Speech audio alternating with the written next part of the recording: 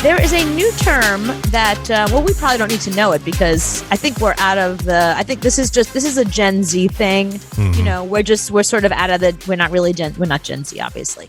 But Gen Z has had it with us, like, I mean, we're old millennials / young Gen X. So we're actually, we are in that in-between generation. We're not really anything. You know what I mean? You and I don't play any of these. Nobody lets us in their sandbox. Like, we are not part of any of this. Yeah, and we don't want to be any part of it. We're not. We're just outside of millennial, and we're too young for Gen X. So I don't. We're just that. We're the floaters. Mm-hmm. You know what I mean? Like, we can comment on everybody because we don't have any skin in this fight. So the young millennials and the Gen Zers have been having this riff for a while. They're fighting over where you part your hair and whether your jeans should be skinny or not. Here is the latest one. This is the latest thing that somebody went on TikTok. Somebody coined this term in 2013. And then this chick went on TikTok and is using the term again. She and her friends use this term all the time to let you know that you trying to appear cool is not cool. To the same thing. The word, my friends, is cheugy, okay? It's the opposite of trendy, stylish in middle school and high school. Maybe not. Timelines don't really matter. Never heard that word in my life. Cheugy. No. It's no longer in style. I didn't know it was. It's used when someone follows these out-of-date trends or something falls into that category. Some examples. Okay, category. First of all, graphic tees and hats. Phrases on clothing, cheugy.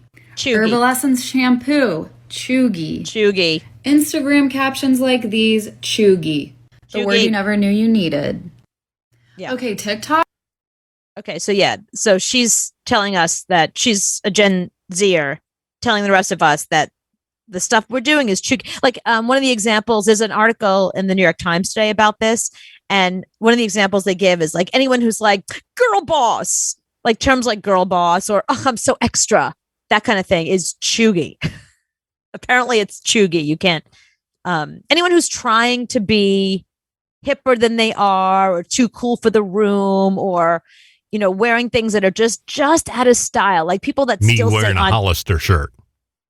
You haven't done that in years. But if I did, it's cheugy.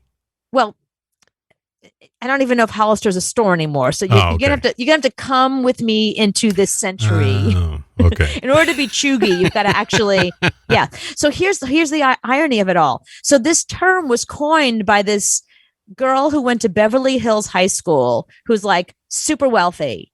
One of these, like, and they're like, she doesn't even see the irony in this. Like, here she is judging other people basically because they don't have money. You know what I mean? It's like, if I'm still wearing a shirt from a few years back, it means that my daddy didn't give me his credit card, so I can't go to Rodeo Drive and buy the latest whatever. Mm-hmm.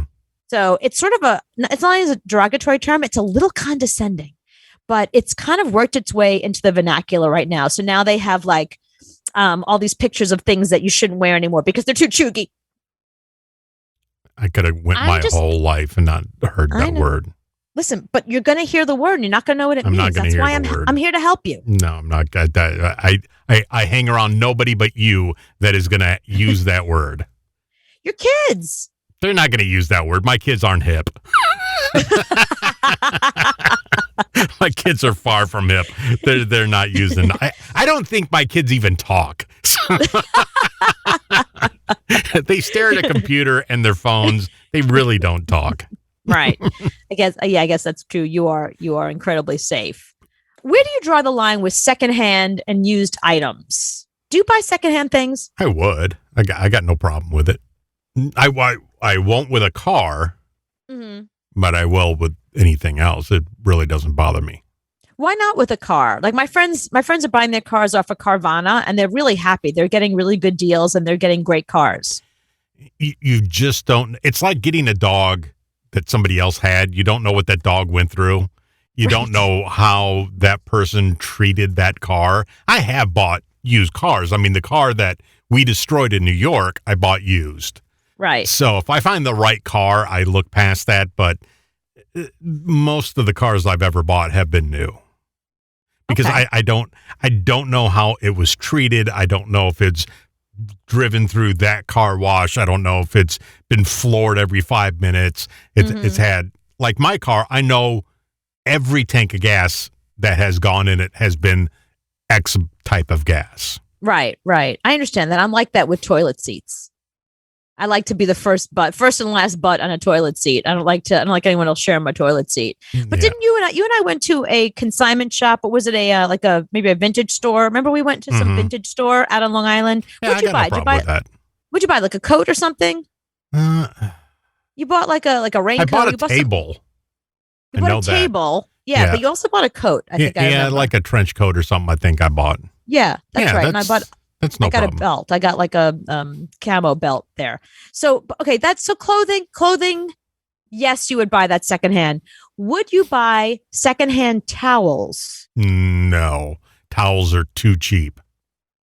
Oh, okay. I didn't think of it like that. So you're thinking towels are too cheap, so you might as well just buy your own towels. Not even though someone's washed them, maybe their germs are kind of still in there. Yeah, no. I mean, you can go to Target and get 10 of them for $5. I mean, why am I going to buy used?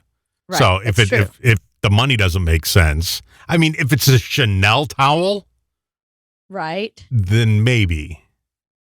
But okay, no, I still no, I'm not doing that. It's gross.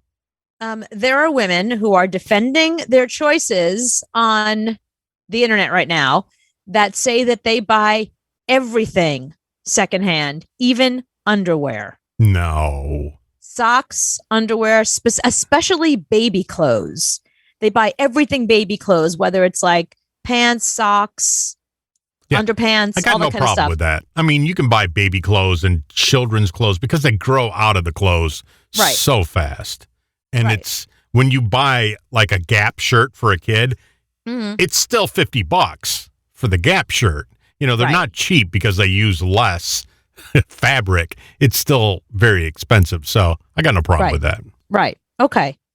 All right. So there are some things, because I thought it was interesting that there are women that buy, and there are underwear and bras. Like there's a consignment shop near me that everybody goes to, and they have one section that is all like, but they're high-end bras. They're like La Perla. They're like these $300 bras, and they're all up there for like $20 each, which is still a lot of money for a used bra, frankly. I didn't think you could buy used bras and used underwear. It's like mattresses. I think you had to buy all those new. Right. No, I mean, I think some of the stuff is illegal. Like I think you can't buy a used mattress, certainly at a store, and you can't buy used underwear anymore, at least here in New York. But there are places in England you can. Yeah, you don't want to put your hoochie thing next to somebody else's hoochie thing that's been there. Right. Which is why I only buy tops and jackets. I can't even buy jeans used because I know what I've done in jeans, and I know that I don't wear underwear. Do you know what I mean? I know what my jeans have been through. Mm-hmm. So I'm definitely not going to, even jeans I will not buy. I don't care if they're $10 a piece or $5 a piece. No.